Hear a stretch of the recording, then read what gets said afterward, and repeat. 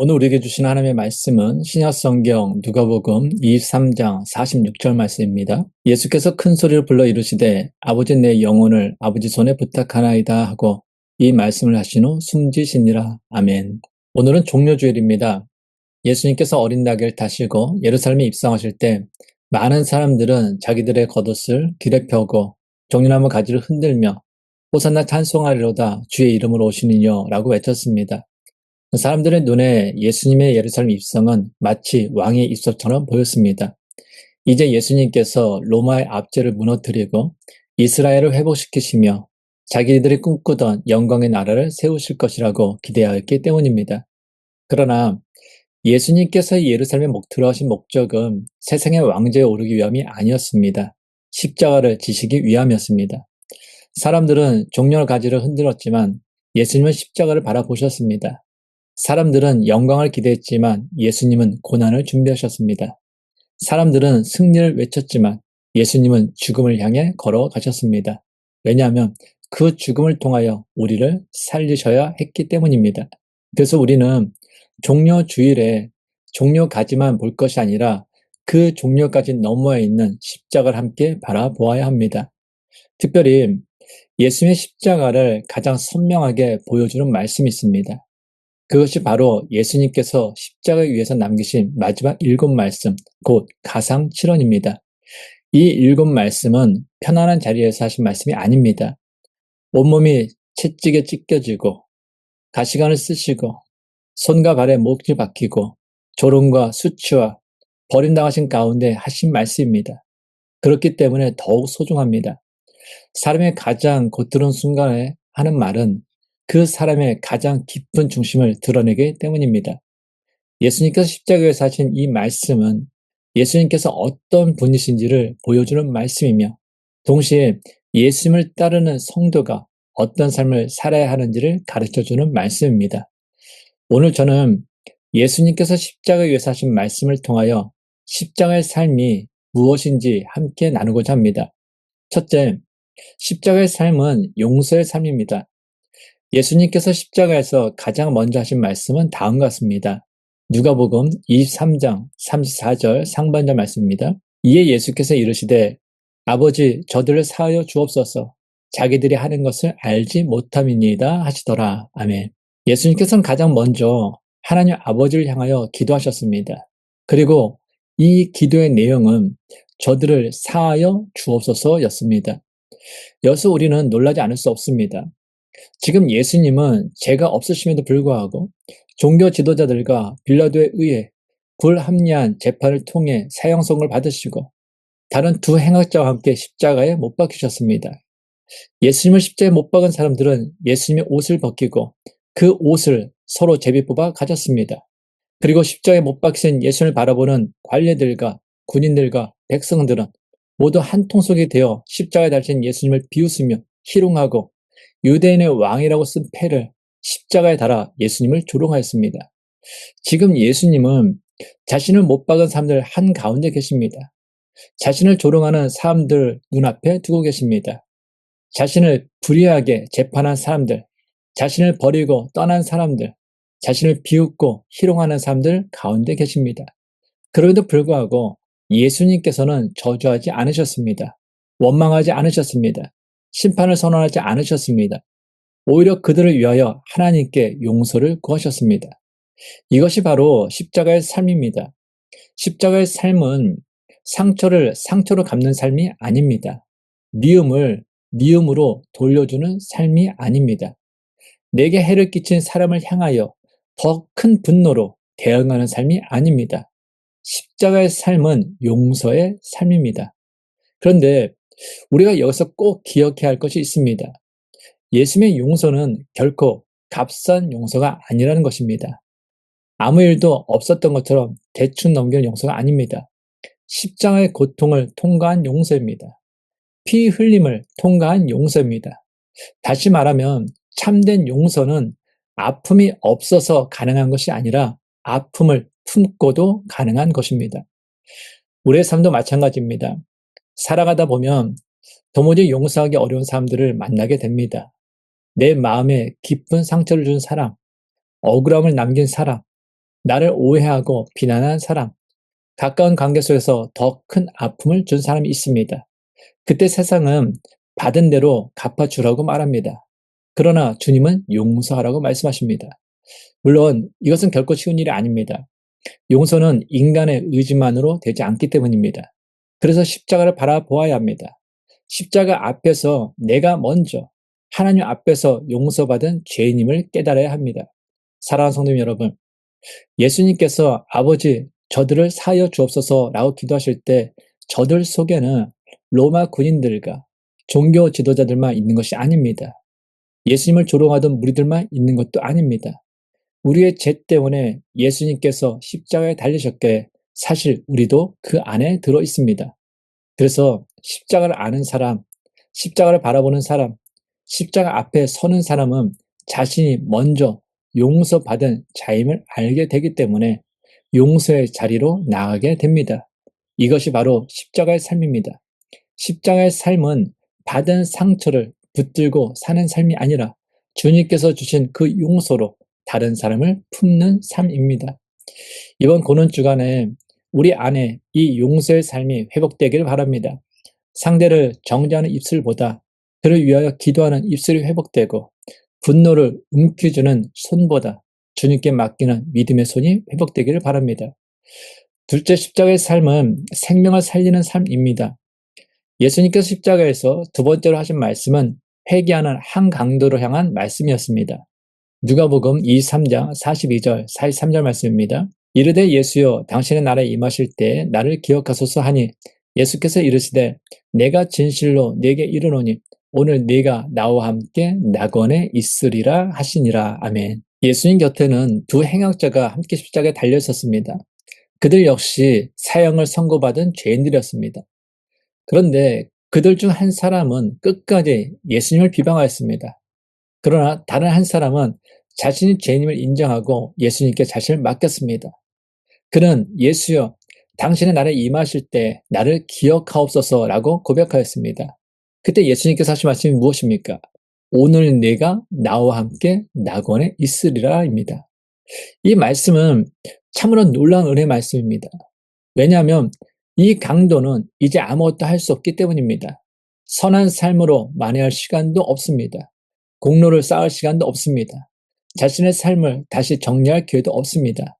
그런데도 예수님께서는 그를 받아주셨습니다. 이것이 바로 복음입니다. 구원은 우리의 공로가 아니라 예수 그리스도의 은혜로 주어지는 것입니다. 그럼에도 우리는 사람을 너무 쉽게 단정할 때가 많습니다. 저 사람은 안 된다. 저 사람은 이미 끝났다. 저 사람은 변하지 않는다. 그러나 예수님은 마지막 순간에 한 영혼도 포기하지 않으셨습니다. 죽음 직전에 강도에게조차 낙원의 문을 열어주셨습니다. 그러므로 교회는 어떤 곳이어야 합니까? 정죄가 먼저 들리는 곳이 아니라 은혜가 먼저 들리는 곳이어야 합니다. 과거를 따지기보다 회복의 길을 보여주는 곳이어야 합니다. 살아날 수 없는 것처럼 보이는 사람도 살아나는 곳이어야 합니다. 그런데 우리가 잊지 말아야 할 사실이 있습니다. 그것은 우리는 생명을 살리는 삶을 살되 그 시작은 가장 가까운 사람을 돌보는 것으로부터 시작되어야 한다라는 것입니다. 요한복음 19장 26절, 27절 말씀입니다. 예수께서 자기의 어머니와 사랑하시는 제자가 곁에 서 있는 것을 보시고 자기 어머니께 말씀하시되 여자의 보소서 아들이니라 하시고 또 그 제자에게 이르시되 보라 내 어머니라 하신대 그때부터 그 제자가 자기 집에 모시니라. 지금 예수님께서는 십자가에 못 박히셨습니다. 온몸에서는 피가 흐르고 죽어가는 예수님 앞에서 군병들은 서로 제비를 뽑아가며 예수님의 옷을 나눠 갖고 있습니다. 그 비극적인 현장에 예수님의 어머니 마리아가 있습니다. 십자가에 달리신 예수님을 바라보는 어머니 마리아의 마음이 얼마나 아프고 고통스럽겠습니까? 자신의 태에 10달 동안 품고 있었고 자신의 젖을 물려주었고 자신의 품속에서 말을 가르쳤으며 자신의 손으로 걸음마를 시켰고 자신의 손으로 밥을 지어 먹였습니다. 예수님께서 공생애를 시작하기 전까지 30년 동안이나 한 집에서 어머니와 아들로 살았습니다. 그러니 어머님 마리아에게 있어 예수님은 눈에 넣어도 아프지 않을 사랑하는 자식이었습니다. 그러한 자식이 지금 자신의 눈앞에서 죽어갑니다. 그것도 가장 비참한 모습으로 죽어가고 있습니다. 자신의 눈앞에서 군병들이 제비 뽑아 나누어 가지고 있는 그 옷은 바로 자기 자식의 옷입니다. 어머니로서는 도저히 눈뜨고 볼 수 없는 끔찍한 광경입니다. 사람이 살아가면서 겪는 고통이 많이 있지만 그 중에서도 가장 큰 것은 가족을 잃는 고통입니다. 아무리 가족끼리 서로 미워하고 으르렁댄다 해도 그 모두는 살아있기 때문에 가능한 일입니다. 사랑하는 사람이 죽어서 그 존재가 사라지는 것처럼 슬픈 일은 없습니다. 그래서 부모님을 잃은 슬픔을 하늘이 무너지는 듯한 고통이라고 표현합니다. 그만큼 고통이 크고 슬프다는 것입니다. 그에 반해 자식을 잃은 고통은 슬프다의 단계를 넘어 너무나 참혹해서 자신의 팔, 다리가 끊겨 나가고 가슴이 찢겨져 나가는 듯한 고통과 슬픔과 같다라고 표현합니다. 이처럼 부모가 자식을 잃는 고통은 세상의 그 어떤 고통과도 비교할 수 없는 고통이며 슬픔입니다. 근데 지금 예수의 어머니 마리아는 자신의 눈앞에서 자신의 아들 예수가 십자가에 못 박힌 채로 머리부터 발끝까지 피에 물들어 갈기갈기 찢겨진 상태로 수많은 사람들의 비난과 조롱 속에서 죽어가고 있는 것을 보고 있었으니 그 심정이 어떠했겠습니까? 바로 그 순간 이루 말할 수 없는 고통과 슬픔 가운데 자신을 바라보고 있는 어머니와 예수님의 눈이 마주쳤습니다.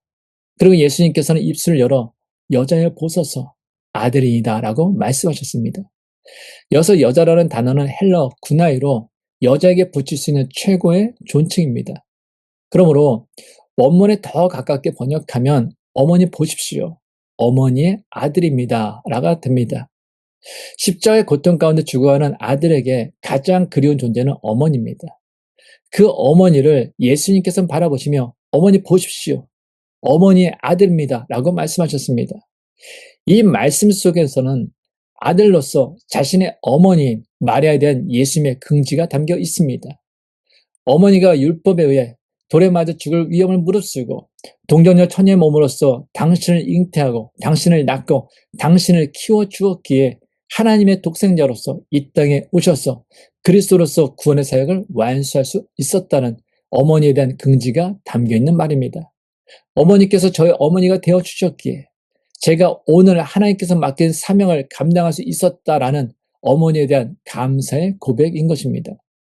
이러한 예수님의 말씀으로 처녀의 몸으로 하나님의 아들을 낳음으로써 세상 사람들로부터 감당해야 했던 어머니 마리아의 온갖 고통과 고난이 눈 녹듯 사라졌을 것입니다. 이처럼 예수님께서는 십자가에 달리신 중에도 자신의 고통만 생각하지 않으셨습니다. 홀로 남겨질 어머니를 생각했습니다. 그리고 사랑하는 제자에게 어머니를 맡기셨습니다. 이처럼 십자가의 삶은 추상적인 사랑이 아닙니다. 입술로만 말하는 사랑이 아닙니다. 내 곁에 있는 사람을 실제로 책임지고 위로해주는 삶입니다. 우리는 때로 멀리 있는 사람을 사랑한다고 말하면서도 정작 가까이 있는 사람에게는 무관심할 수 있습니다. 세상을 품는 큰 사랑을 말하면서도 가족과 부모, 배우자와 자녀, 그리고 교회 안에 그 가까운 성도들에게는 오히려 차갑게 대할 때가 있습니다. 그러나 예수님께서는 십자가 위에서도 가장 가까운 사람을 돌보셨습니다. 그러므로 이번 고난 주간에 우리 안에 생명을 살리는 삶이 회복될 뿐만 아니라 가장 가까운 사람을 사랑하고 위로하는 삶 또한 회복되기를 소망합니다. 셋째, 십자가의 삶은 끝까지 순종하는 삶입니다. 예수님께서 네 번째로 하신 말씀은 너무나 잘 알려진 말씀입니다. 마태복음 27장 45절, 46절 말씀입니다. 제6시로부터 온 땅에 어둠이 임하여 제9시까지 계속되더니 제9시쯤에 예수께서 크게 소리질러 이르시되 엘리 엘리 라마 사박다니 하시니 이는 곧 나의 하나님 어찌하여 나를 버리셨나이까 하는 뜻이라. 제6시로부터 제9시까지 온 땅에 어둠이 임하였습니다. 예수님 당시 유대인들의 시간 계산은 해 뜰 때는 오전 6시를 하루의 시작으로 보았습니다. 그래서 당시 시간에 6시간을 더하면 오늘날의 시간이 됩니다. 그래서 당시의 6시는 오늘날의 낮 12시이고 당시의 9시는 오늘날의 오후 3시에 해당합니다. 그러므로 낮 12시부터 오후 3시까지 가장 밝아야 할 그 시간에 온 땅에 어둠이 임한 것입니다. 그리고 그 어둠 속에서 예수님께서는 엘리 엘리 라마 사박다니, 나의 하나님 어찌하여 나를 버리셨나이까 라고 외쳤습니다. 사람들은 믿음이 좋은 사람은 아프지 않은 척 해야 한다라고 생각합니다. 힘들어도 내색하지 말아야 한다라고 생각하기도 합니다. 심지어 왜입니까? 라고 묻는 것은 불신앙이라고 생각하기도 합니다. 그러나 예수님은 다르게 보여주십니다. 믿음은 고통이 없는 척 하는 것이 아닙니다. 믿음은 가장 아픈 순간에도 하나님께 부르짖는 것입니다. 하나님께 질문하는 것입니다. 하나님 앞에 정직해지는 것입니다. 왜냐하면 하나님을 신뢰하기 때문입니다. 그리고 이어서 예수님께서는 다섯 번째 말씀을 하십니다. 요한복음 19장 28절 말씀입니다. 그 후에 예수께서 모든 일이 이미 이루어진 줄 아시고 성경을 응하게 하려 하사 이르시되 내가 목마르다 하시니 채찍에 맞으시고 피를 흘리시고 오랜 시간 십자가에 달려 계신 예수님은 목마름을 느끼셨습니다. 그런데 요한은 단지 육체적 고통만 말하지 않습니다. 성경을 응하게 하려 하사라는 기록합니다. 여서 성경은 구약성경 시편 69편 21절을 말합니다.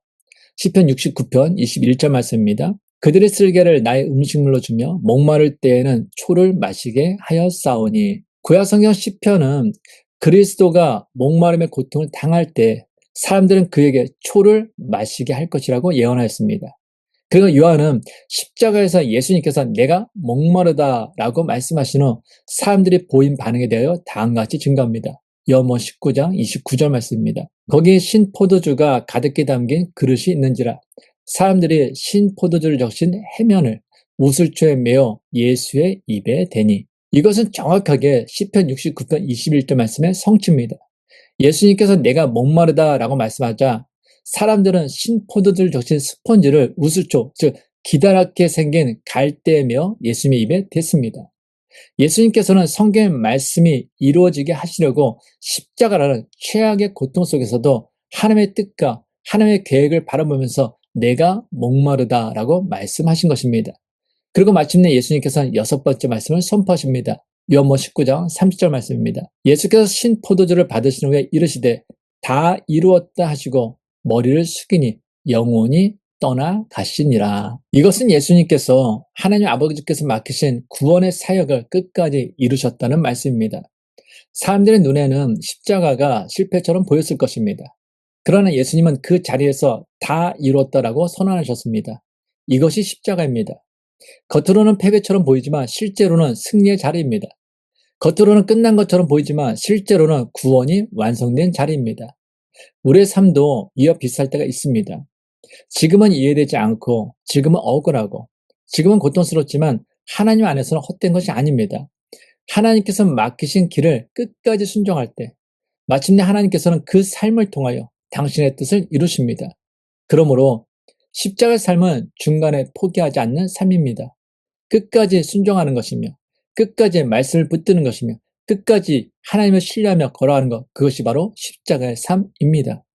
넷째, 십자가의 삶은 마지막까지 하나님 아버지께 자신을 맡기는 삶입니다. 예수님께서 마지막으로 하신 일곱 번째 말씀은 다음과 같습니다. 누가복음 23장 46절 말씀입니다. 예수께서 큰 소리를 불러 이르시되 아버지 내 영혼을 아버지 손에 부탁하나이다 하고 이 말씀을 하신 후 숨지시니라. 예수님께서는 사람들에게 당신을 맡기지 않으셨습니다. 상황에 맡기지 않으셨습니다. 죽음의 어둠에 맡기지 않으셨습니다. 오직 하나님 아버지 손에 맡기셨습니다. 이것이 바로 십자가 삶의 절정입니다. 십자가의 삶은 자기 힘으로 끝까지 버티는 것 삶이 아닙니다. 하나님 아버지께 자신을 맡기는 삶입니다. 사람들은 내 삶은 내가 붙들고 있어야 안심이 된다라고 생각합니다. 그래서 내 계획, 내 계산, 내 경험, 내 방법을 붙들고 싶어 합니다. 그러나 예수님은 우리에게 말씀하십니다. 내 인생의 마지막 안전은 내 손에 있는 것이 아니라 하나님 아버지의 손에 있다. 그러므로 우리도 내 힘이 아니라 하나님의 손을 붙들어야 합니다. 내 계산이 아니라 하나님의 뜻을 신뢰해야 합니다. 내가 붙들고 사는 것이 아니라 하나님께 맡기고 살아야 합니다. 사랑하는 여러분, 종려 주일의 군중은 호산나 다윗의 자손이여 찬송하리라 주의 이름으로 오시는 이여 가장 높은 곳에 호산나라고 소리 높여 외치며 예수님을 환호했습니다. 그러나 불과 며칠 뒤에 그들은 예수님께 등을 돌렸습니다. 그리고 예수를 십자가에 못 박으소서라고 목소리 높여 외쳤습니다. 이처럼 인간의 환호는 쉽게 변합니다. 세상의 영광은 오래가지 않습니다. 그러나 하나님의 뜻은 변하지 않습니다. 그래서 예수님께서는 사람들의 박수가 아니라 하나님의 뜻을 붙드셨습니다. 그리고 그 길이 바로 십자가의 길이었습니다. 그러므로 우리도 예수님을 따르는 제자라면 종려 가지만 들고 있을 것이 아니라 십자가를 져야 합니다. 영광만 구할 것이 아니라 순종을 배워야 합니다. 환호만 좋아할 것이 아니라 희생을 감당해야 합니다. 그래야 비로소 부활의 영광도 참되게 누릴 수 있습니다. 바라건대 이번 종려주일과 고난주간을 지나면 우리 모두가 십자가 위에 예수님을 더욱 깊이 묵상하길 바랍니다. 그리고 그 묵상 가운데 우리 안에 잃어버렸던 십자가의 삶이 다시 회복되길 바랍니다. 용서가 회복되고 사랑이 회복되고 순종이 회복되고 하나님께 대한 신뢰가 회복되길 바랍니다. 그리하여 말로만 예수를 믿는 사람이 아니라 삶으로 십자가를 살아내는 믿음의 사람이 되길 원합니다. 그래서 마침내 십자가를 통과한 사람만이 누릴 수 있는 부활의 기쁨과 영광을 풍성히 누리는 우리 모두가 되기를 주님의 이름으로 축원합니다. 하나님 아버지, 오늘 종려주일의 말씀을 통하여 십자가의 주님을 깊이 묵상하게 하시니 감사합니다. 사람들의 환호와 영광을 따르지 아니하시고 끝까지 아버지의 뜻에 순종하시며 십자가의 길을 걸어가신 예수님의 사랑을 잊지 않게 하여 주옵소서. 우리를 위하여 몸을 찢기시고 피 흘리시기까지 사랑하신 주님의 은혜를 마음 깊이 새기게 하시고 우리도 그 주님을 본받아 용서하며 사랑하며 맡겨진 삶의 자리에서 믿음으로 순종하게 하여 주옵소서. 십자가 위에서도 저들을 사하여 달라고 기도하신 주님을 바라보며 우리 안에 미움과 원망을 내려놓게 하시고 용서의 마음이 회복되게 하여 주옵소서. 절망 가운데 있는 영혼을 품으시고 끝까지 살리신 주님을 본받아 우리도 사람을 쉽게 포기하지 않게 하시고 가까운 가족과 이웃을 더욱 사랑으로 섬기게 하여 주옵소서. 이 고난 주간 동안 우리의 마음이 세상에 빼앗기지 않게 하시고 십자가의 은혜를 더욱 깊이 깨닫게 하시며 주님의 고난을 묵상하는 가운데 우리 안에 믿음과 감사와 거룩한 결단이 새롭게 회복되게 하여 주옵소서. 십자가를 지나 부활의 영광으로 나가신 주님을 바라보며 우리도 어떤 상황 속에서도 하나님을 신뢰하게 하시고 끝까지 주님만 붙들고 살아가게 하여 주옵소서. 이제는 우리를 사랑하사 종려의 환호보다 십자가의 길을 택하시고 끝까지 순종하심으로 구원을 이루신 우리 주 예수 그리스도의 은혜와 독생자를 내어주시기까지 우리를 사랑하신 하나님 아버지의 크신 사랑하신가 우리로 하여금 십자가의 삶을 살아내게 하시며 고난 가운데서도 믿음으로 서게 하시는 성령님의 교통하심과 위로하심이 오늘 종려 주일에 십자가의 주님을 묵상하며 용서하는 삶과 사랑하는 삶과 순종하는 삶과 맡기는 삶으로 살아가기를 결단하는 모든 하나님의 사람들과 그 가정과 자녀들과 일터 위에 지금부터 영원토록 함께 하시기를 간절히 축원하옵나이다. 아멘.